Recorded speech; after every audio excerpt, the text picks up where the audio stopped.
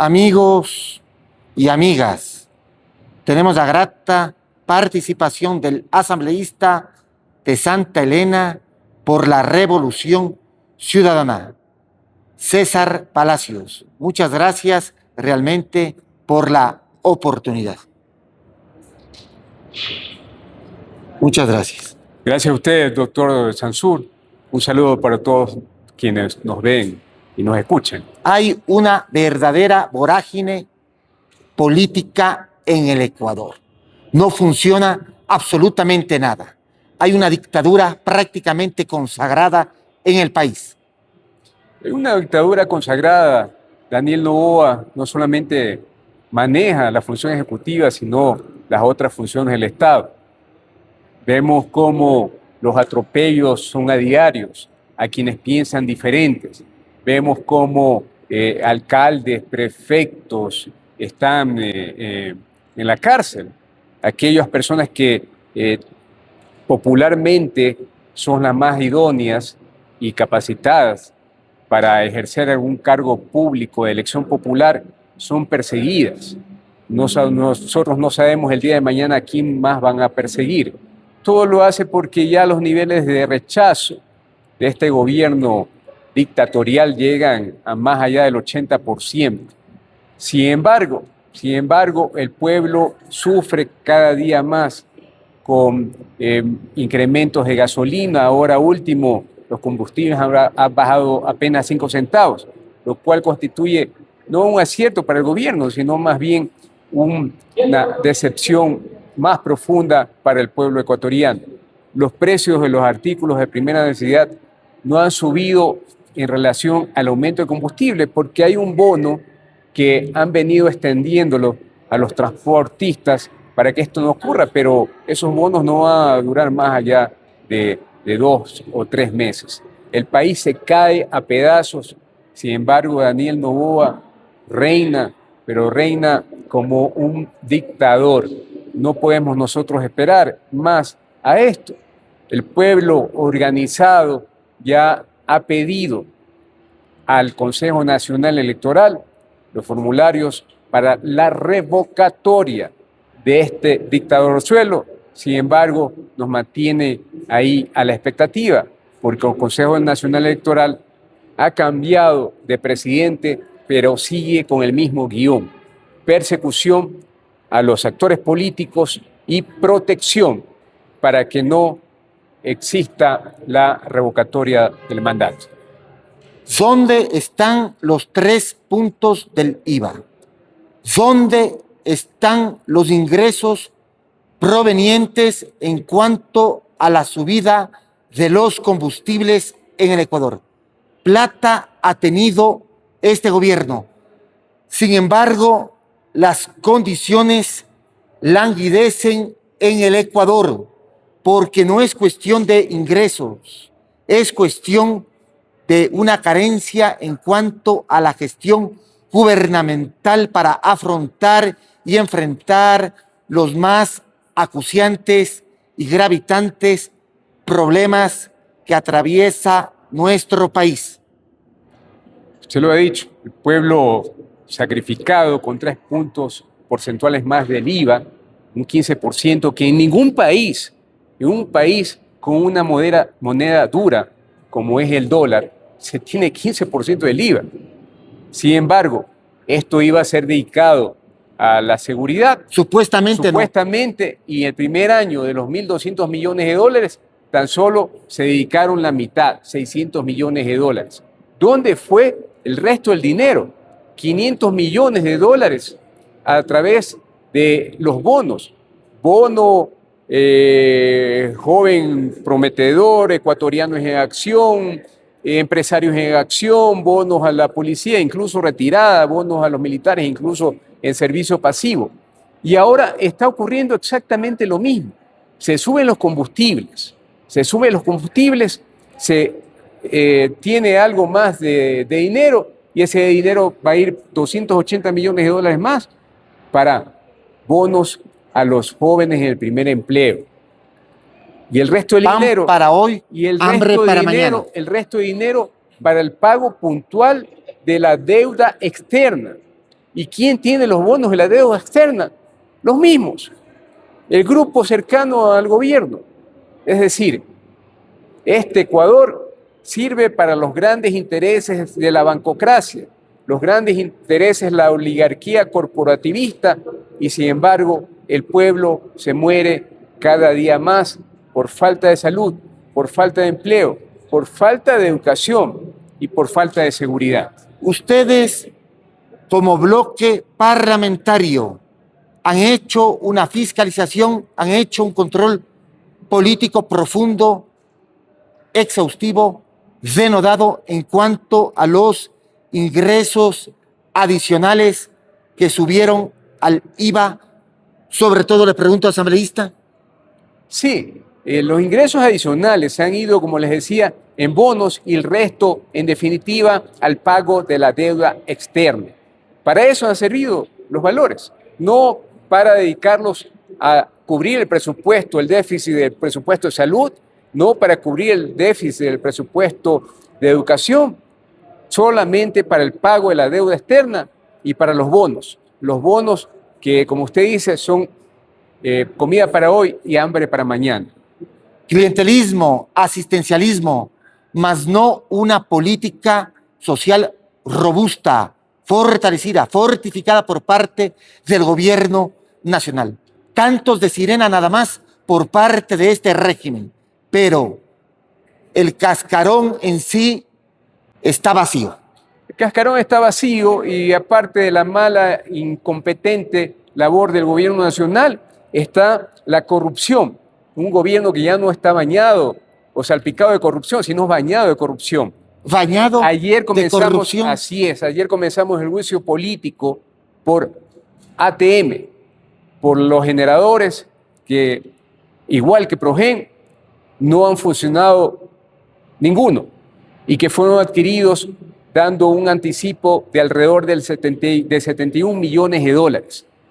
La compañía ATM, Austral Technical Management, debe ser de igual manera como Progen investigada, sancionada y que devuelvan esos valores, lo cual no va a ocurrir, porque la corrupción no pide factura.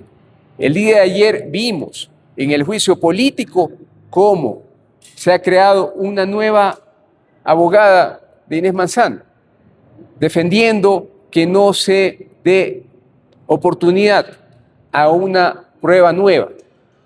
Ellos no hicieron público, me refiero a la comisión que estaba investigando el caso ATM, no hicieron público el informe de la comisión.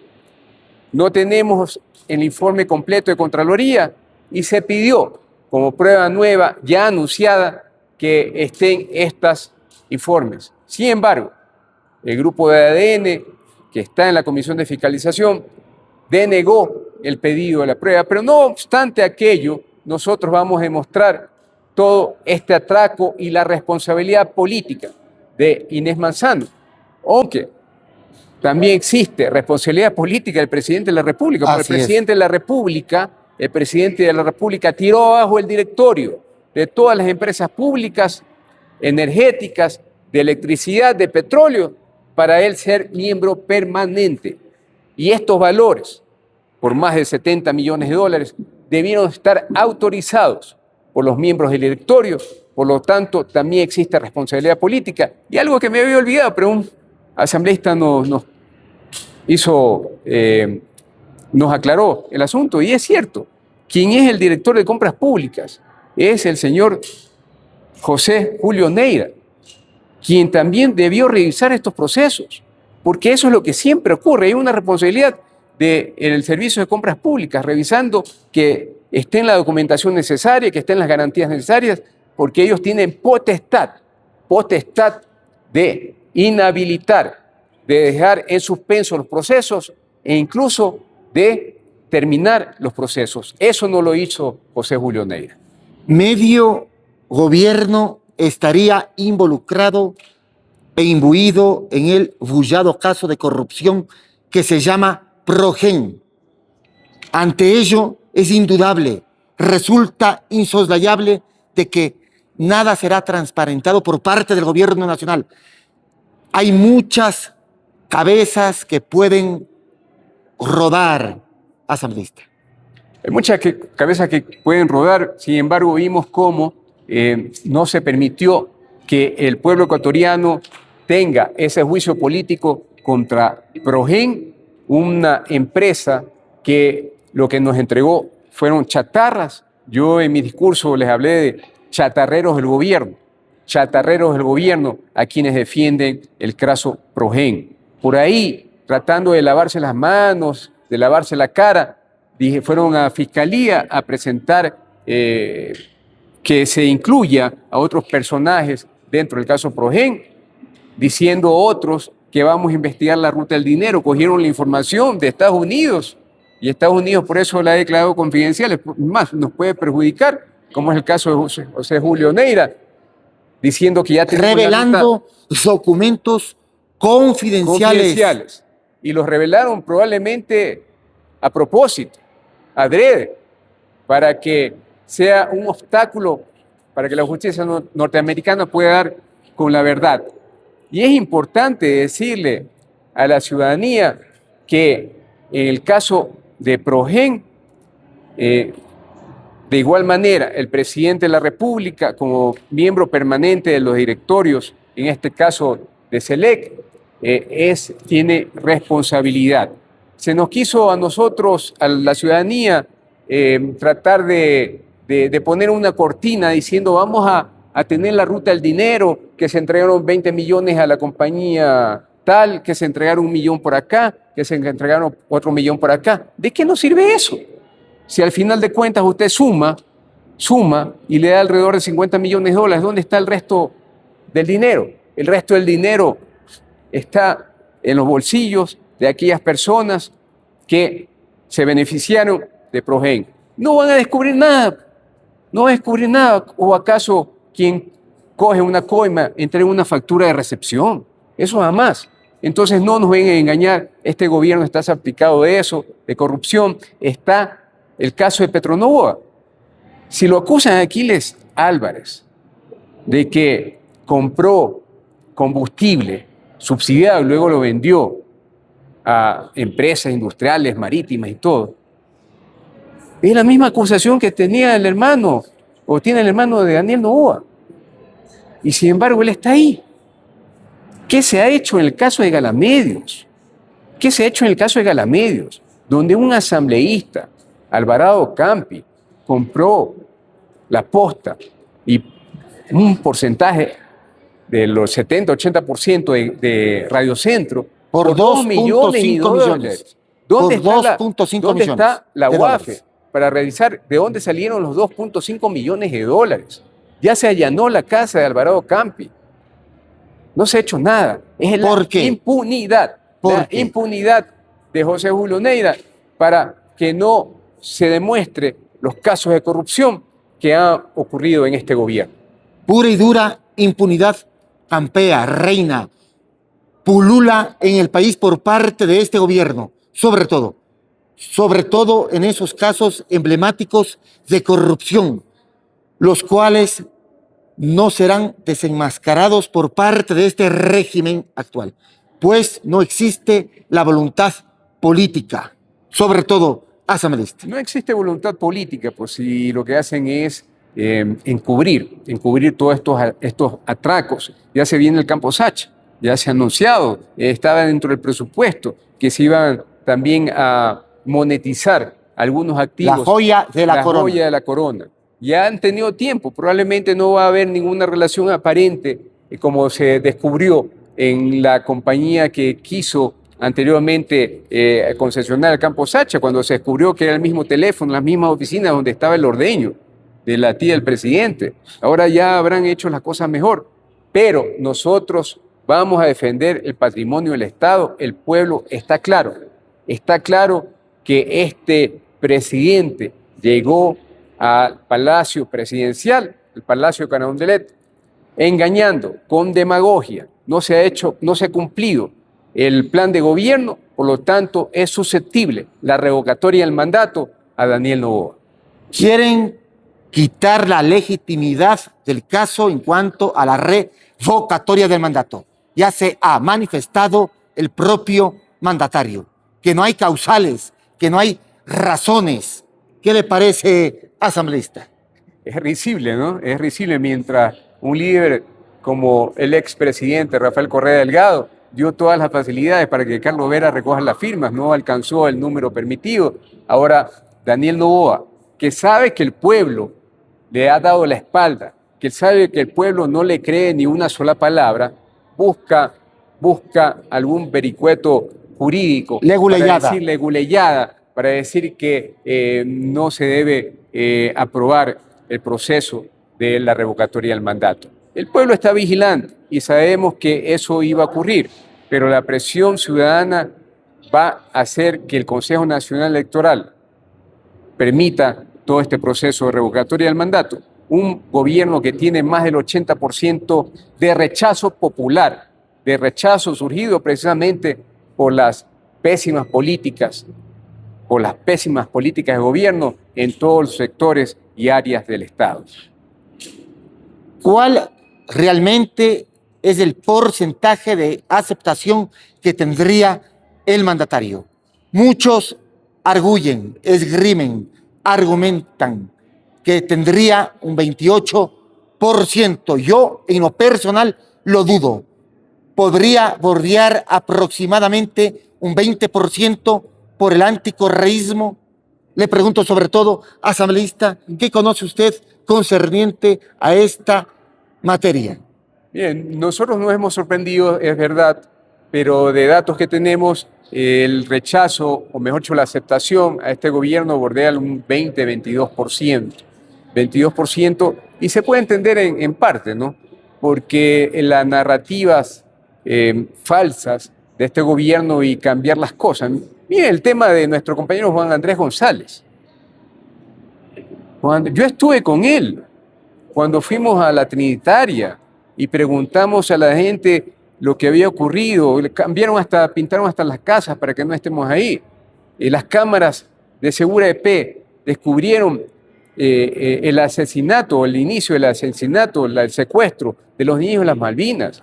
Las cámaras de Segura EP descubrieron que un carro Porsche de Industrial Molinera, del Grupo Noboa, de la familia del presidente y del mismo presidente, estuvieron en la casa, ahí afuera de la casa de Iván Ballesteros, principal implicado en el caso de la bomba de la bahía en Guayaquil.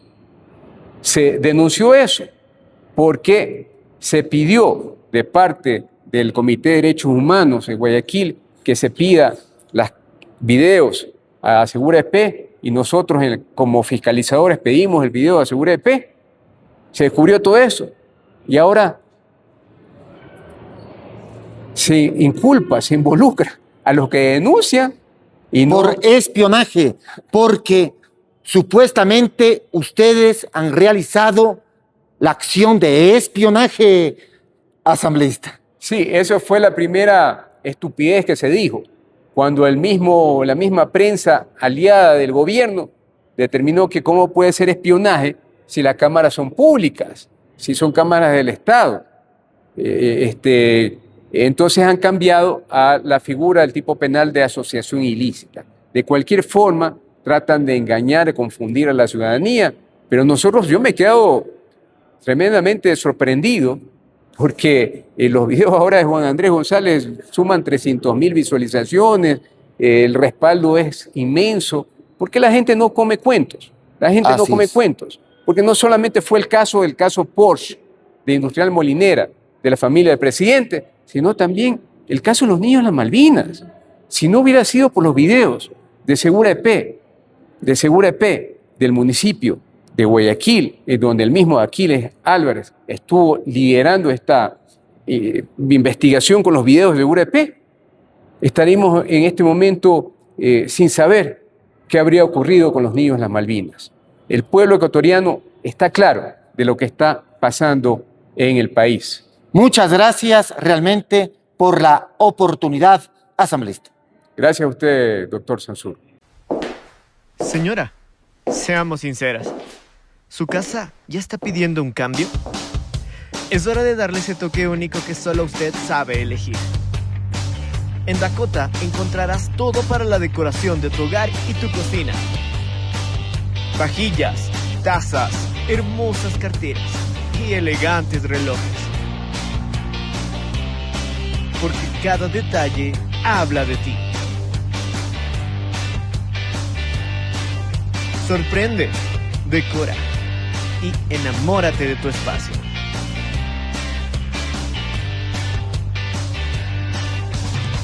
Dakota, productos para el hogar, donde lo exclusivo tiene nombre.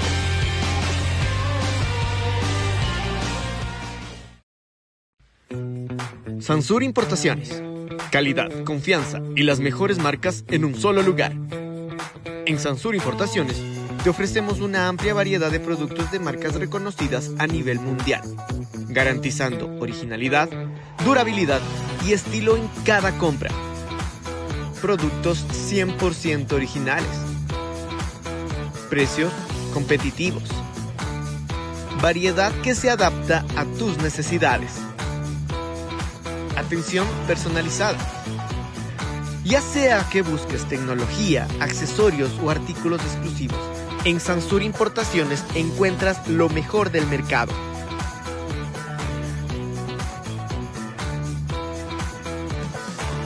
Tu mejor elección en productos de marca.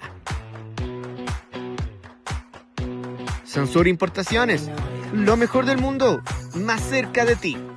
Amigos y amigas, tenemos la grata participación del asambleísta correísta por el Cañar, Blasco Luna Arévalo. Muchas gracias realmente por la oportunidad, asambleísta. A usted, gracias por la invitación.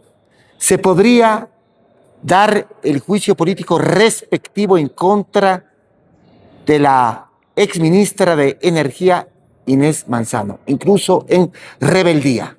¿Cómo está dicho proceso en cuanto al juicio político? Le pregunto sobre todo, asambleísta. Bueno, arrancamos ya el proceso de sustanciación de la prueba. Hoy estamos convocados para poder llevar adelante este proceso de presentación, fundamentación de cada uno de los elementos que motivaron este juicio político.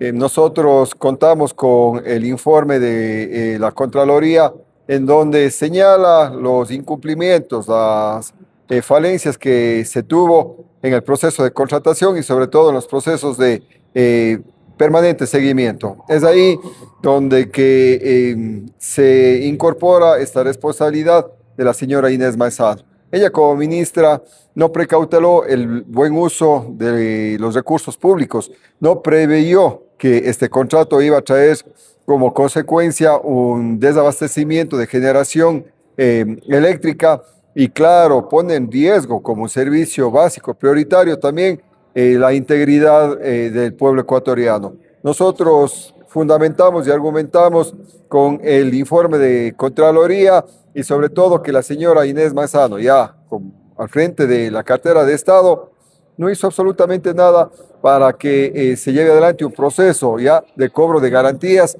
a tiempo, ¿no?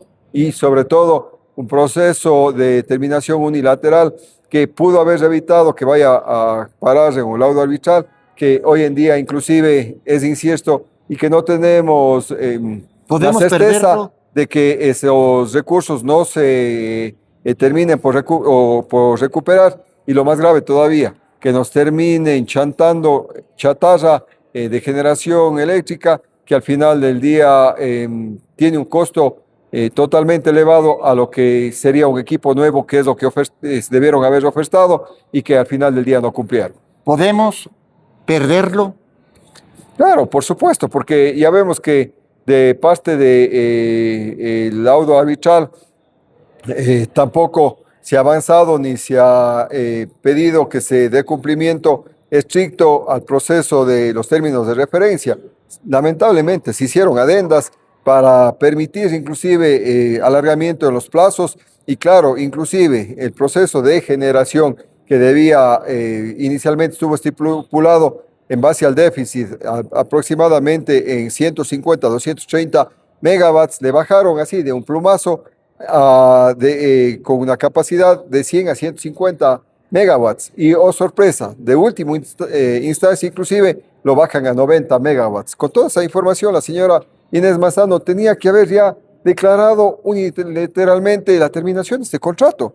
Cuando se conoció de que los equipos no eran nuevos, debió haber declarado la Y terminación no lo hizo. unilateral. ¿Por qué? Y no lo hizo. Perdón por la interrupción, le digo de paso, asambleísta. Ahí es lo que motiva con más fuerza este juicio político, por inoperancia, incapacidad, un incumplimiento expreso de funciones, y es lo que a nosotros nos ha motivado para el pedido de este enjuiciamiento político.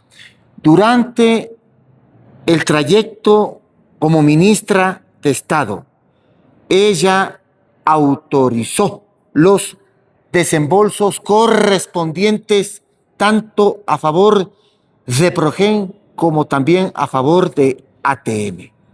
Efectivamente, en el ámbito de ATM, el 9 de octubre, que es que ella asume ya el proceso de encargo del ministerio, se hace el desembolso más fuerte, de alrededor del 60%, y eso infla mucho más la pérdida cuantiosa que hoy tiene el Estado ecuatoriano. Ella, como mínimo, debía haber solicitado, se le entregue un informe de cumplimiento de las condiciones para llevar adelante este proceso de desembolso, sí, un seguimiento a que los equipos hayan cumplido con el proceso de verificación estipulado dentro de las cláusulas para realizar este desembolso. Nada de eso. Porque no lo hizo la ministra Manzano. Ella, por obligación, conforme a la Constitución, tenía que haber llevado adelante estos controles, porque el desconocimiento no lo exime de responsabilidad. El hecho de que ella no haya firmado no la exime de responsabilidad. Para algo está la cartera ministerial a la cabeza los ministros, para que efectivamente ayuden a precautelar el buen uso, manejo y utilización de los recursos públicos. Si usted llega a una función a calentar el puesto en un momento de emergencia, en un momento que la ciudadanía exigía responsabilidad y sobre todo efectividad y eficiencia, y no lo hizo, hay responsabilidad. Por supuesto que hay responsabilidad política, y ya en el carácter judicial debería también la Fiscalía de oficio involucrarla e incorporarla dentro de esta trama de corrupción. Y no está. Y no lo ha hecho, y no está. Y no está. Entonces nos quedan interrogantes y preocupaciones que desde la Asamblea Nacional debe garantizarse esa buena acción de fiscalización para garantizar también que no se vuelva a repetir este tipo de acontecimientos que perjudican económicamente en gran medida a las arcas estatales. ¿Por qué la Fiscalía General del Estado ecuatoriano no le involucra a Manzano? Es la interrogante que nosotros nos hacemos, que los ecuatorianos nos hacemos. Y Si también existe, a Luque, perdón por la interrupción. Por supuesto. Arturo Félix Wong, también. Exacto. Si es que el propio Julio José Neira. Existen elementos de convicción, si existen procesos mal llevados, si existe documentación que da cuenta de que es un proceso trucho, sin un verdadero seguimiento, sin un verdadero proceso de alerta ante anomalías o irregularidades, están demostrando que llegan a esos espacios únicamente a calentar el puesto y a dar paso o a evitar la fiscalización en esos temas que son importantísimos y que ponen en riesgo inclusive la estabilidad y la economía del país, porque la generación energética va de la mano con poder abastecer el déficit que tiene el país hoy en día y que no se lo ha subsanado. Entonces, hay responsabilidad y mucha. Y si mala fe también. Y si no existe los controles pertinentes, por supuesto, denota mala fe y kevin-postismo en los procesos de control. Entonces, eso lamentablemente ha perjudicado las arcas estatales, y eso también tiene que ser censurado y tiene que ser llevado a un proceso de enjuiciamiento político para la censura de la nefasta ministra Inés Manzano. Equipos incompatibles fueron adquiridos por parte del gobierno nacional en el capítulo, sobre todo, de Progen. No, los equipos incompatibles hacen relación a ATM, con Austral Technical Management. Ahí, de los 48 equipos ofertados, 32 no tienen la misma capacidad de generación de 60 Hz.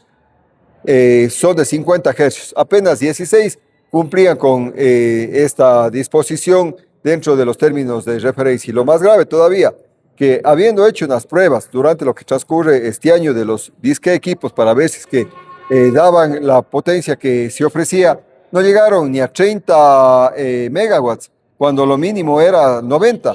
Entonces, eso deja ver que efectivamente ha existido negligencia total en estos procesos y que estos equipos no son compatibles ni operables para el Estado ecuatoriano, y que el querer poner a funcionar implica un gasto mayor, porque implica una adaptación y que es sobre la todo tesis del gobierno nacional.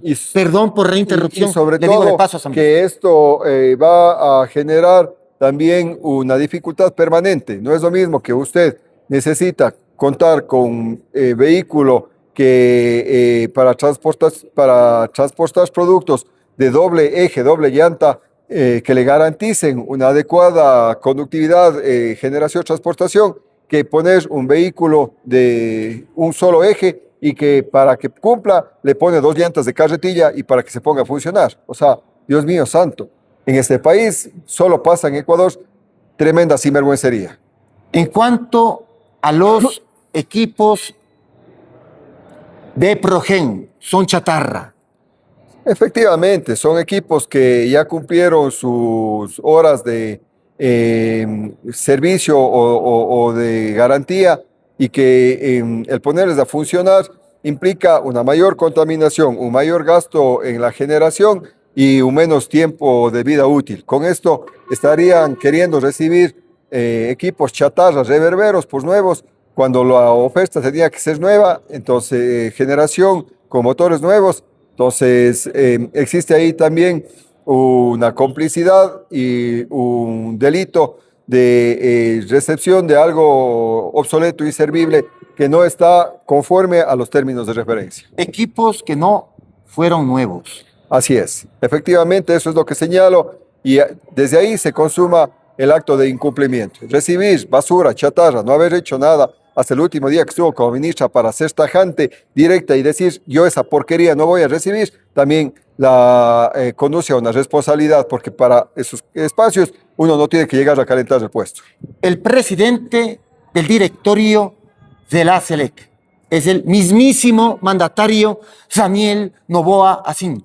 Por lo tanto, por ende y por consiguiente, hay una responsabilidad política la cual debe ser asumida por parte del mandatario. Así es, usted acaba de hacer un análisis correcto referente a la responsabilidad. Él ha terminado delegando a los ministros que han pasado por su cartera de Estado, pero desde la declaratoria de emergencia asume también él una responsabilidad que deberá también o debería también responder a la Asamblea Nacional. Pero ya vemos que acá lo único que buscan es encubrir, evitar la fiscalización y terminar por socapar estas anomalías detectadas y que lamentablemente no las quieren investigar. Para terminar, los votos al interior del Parlamento ecuatoriano se darán para que sea censurada políticamente Manzano. ¿Cuál será la posición asumida por parte del bloque parlamentario de ADN? Porque están contra la pared prácticamente asambleísta. Deberán responderle al país con su acción del voto. Encubrir la corrupción, permitir que este tipo de funcionarios puedan seguir siendo parte de la administración pública, ocupando cargos de relevancia que, como vemos, han perjudicado gravemente la economía del país, o por lo menos tener algo de decencia y en esa reflexión llevar adelante un voto razonado para censurar a la señora Inés Manzano. Habrá que esperar el desenlace, pero como van las cosas, en el cumplimiento de la norma, en atención a la demanda del país y sobre todo en cumplimiento y una muestra de transparencia y verdad, lo mínimo que deberían hacer es votar por la censura de la señora Inés Manzano. Muchas gracias realmente por la oportunidad. Gracias.